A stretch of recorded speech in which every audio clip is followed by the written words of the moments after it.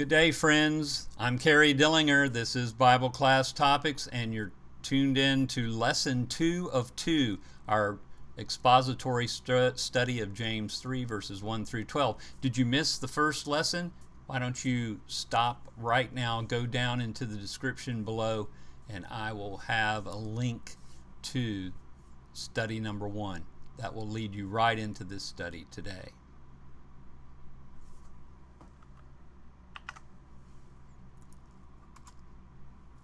In Lesson 1, we talked about James chapter 1, verses 2 through 8. We discussed a controlled tongue and its characteristics, and we discussed the uncontrolled tongue and its characteristics.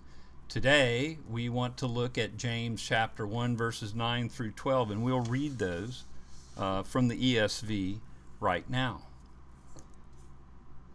With it, that is the tongue, we bless our God and Father, and with it, that is the tongue, we curse men who have been made in the similitude of God. Out of the same mouth proceed blessing and cursing. My brethren, these things ought not to be so.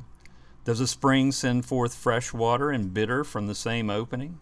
Can a fig tree, my brethren, bear olives, or a grapevine bear figs? Thus no spring yields both salt water and fresh. It's impossible then to have both a controlled and uncontrolled tongue at the same time. Simultaneously, it just cannot occur. We cannot have blessings and cursings coming out of the same mouth. We bless God and turn around and curse men? Well, this ought not to be so. If your tongue is inconsistent, then there's something very wrong with your heart. Christian got angry on the job, and he let loose with some foul language. He got embarrassed, and he turned to his buddy and he said, "I don't know why I said that. It isn't in me." His friend replied, "It had to be in you, or it wouldn't have come out of you." The poet Washington Irving said, "A tart temper never mellows with age, and a sharp tongue is the only edged tool that grows keener and sharper with constant use." To try and have both a controlled and uncontrolled tongue at the same time is like a fountain, which should be refreshing, or it could be salty, or it could be, as in my part of the world, water full of iron, smells like rotten eggs. We call it sulfur water. Then right down the street, someone has a well with fresh water, but not from the same well. Spring cannot have fresh water and salt water coming from the same opening. In Proverbs 18, verse 4, the words of a man's mouth are deep waters. The wellspring of wisdom is a flowing brook. In Proverbs 10:11, the mouth of the righteous is a well of life, but violence covers the mouth of the wicked. Proverbs 13:14, the law of the wise is a fountain of life, to turn one away from the snares of death. We see in Romans 15:32 that Paul sought to refresh himself and the saints at Rome. He told them this toward the end of that long letter, that I may come to you with joy by the will of God and may be refreshed together with you. James then talks about a fig tree. A fig tree gives forth a unique fruit. A fig tree cannot bear olives. Back to the first of the Bible, the front of the Bible, Genesis 1, verses 11 and 12, God said, "Let the earth sprout vegetation, plants yielding seed and fruit trees bearing fruit in which there is seed, each according to its kind on the earth." And it was so. The earth brought forth vegetation, plants yielding seed according to their own kinds, and trees bearing fruit in which is their seed, each according to its kind.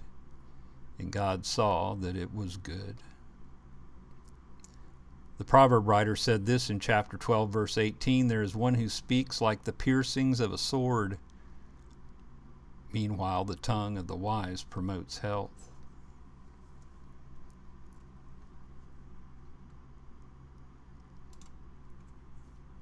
James talks about a grapevine. He mentions, again, for emphasis, a fig cannot bear olives. Well, guess what? A grapevine cannot bear figs. The grapevine is either fruitful or barren. There's either something there that's good, or there's nothing there, and we go hungry. Proverbs 10:21, the lips of the righteous feed many, but fools die for lack of wisdom. Let's finish up our study now by talking about how to control our tongues. We can control our tongues by using them for what they were designed for by God, and number one, that would be praying back to God. The psalmist said this in chapter 141, verse 3, set a guard, O Lord, over my mouth. Keep watch over the doors of my lips. There's a prayer that I personally need to be saying every day. The prophet Isaiah, in the 50th chapter, verse 4, the Lord has given me the tongue of the learned, that I should know how to speak a word in season to him who is weary. He awakens me morning by morning. He awakens my ear to hear as the learned. We need to spend more time praying to God. Another way to control our tongue is to, of course, control our thoughts. Controlling the tongue does not mean taping up your mouth or wiring your jaw shut. Controlling the tongue requires controlling the heart. Jesus had this to say in Matthew 15, verses 18 through 20. But those things which proceed out of the mouth come from the heart, and they defile a man. For out of the heart proceed evil thoughts, murders, adulteries, fornications, thefts, false witness, blasphemies. These are the things which defile a man, but to eat with unwashed hands, that does not defile a man.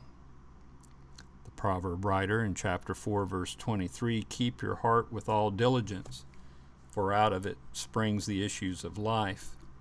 And Paul the Apostle in 2 Corinthians 10, verse 5, encourages his readers to cast down arguments and every high thing that exalts itself against the knowledge of God, bringing every thought into captivity to the obedience of Christ.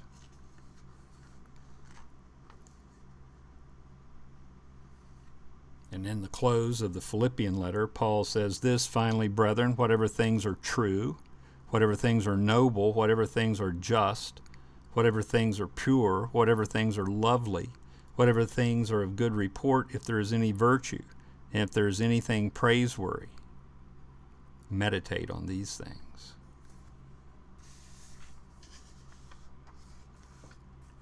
How to control our tongues? Pray to God. Control our thoughts. Keep our mouths shut. The psalmist said this in Psalm 39, 1 through 3. I said, I will guard my ways, lest I sin with my tongue. I will restrain my mouth with a muzzle, while the wicked are before me. I was mute. With silence I held my peace, even from good. And my sorrow was stirred up. My heart was hot within me.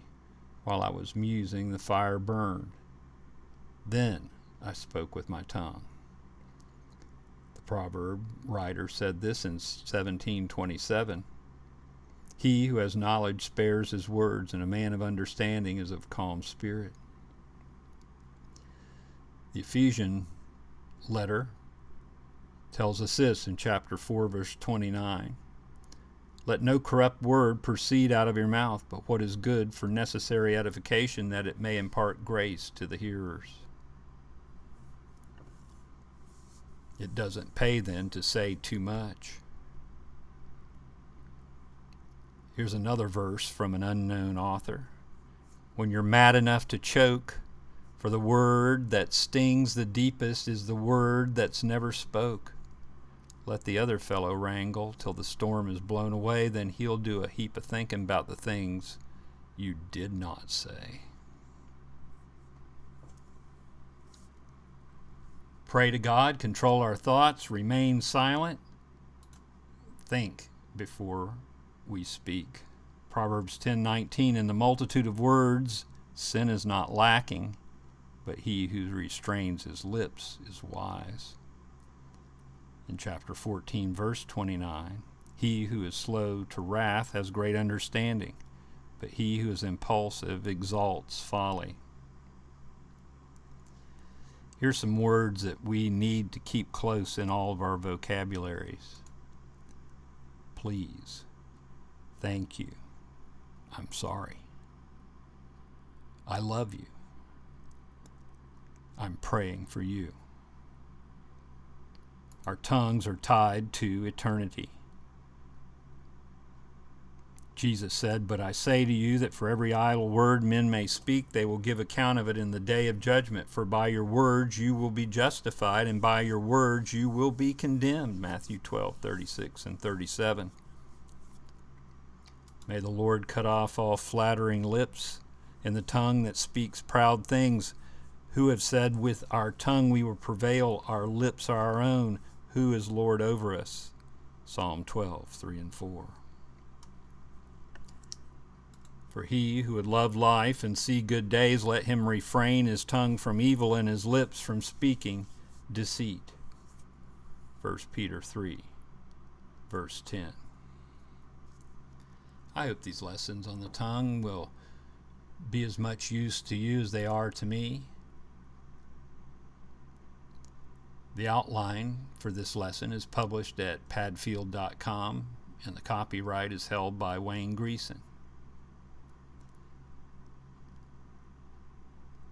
This photograph of someone showing their tongue in a not very pleasant way was provided by Alexander Krivitskiy over on Unsplash. As always, thank you for studying with me. If you have not yet subscribed to the channel, I would appreciate it if you would. Give this video a thumbs up or a thumbs down. Leave a comment below. And the biggest help you can do for me spreading the gospel further out into the world is for you to take a link to this video and share it on your own social media. Let's keep praying for one another. Let's pray for the world. Till we meet again, may God bless.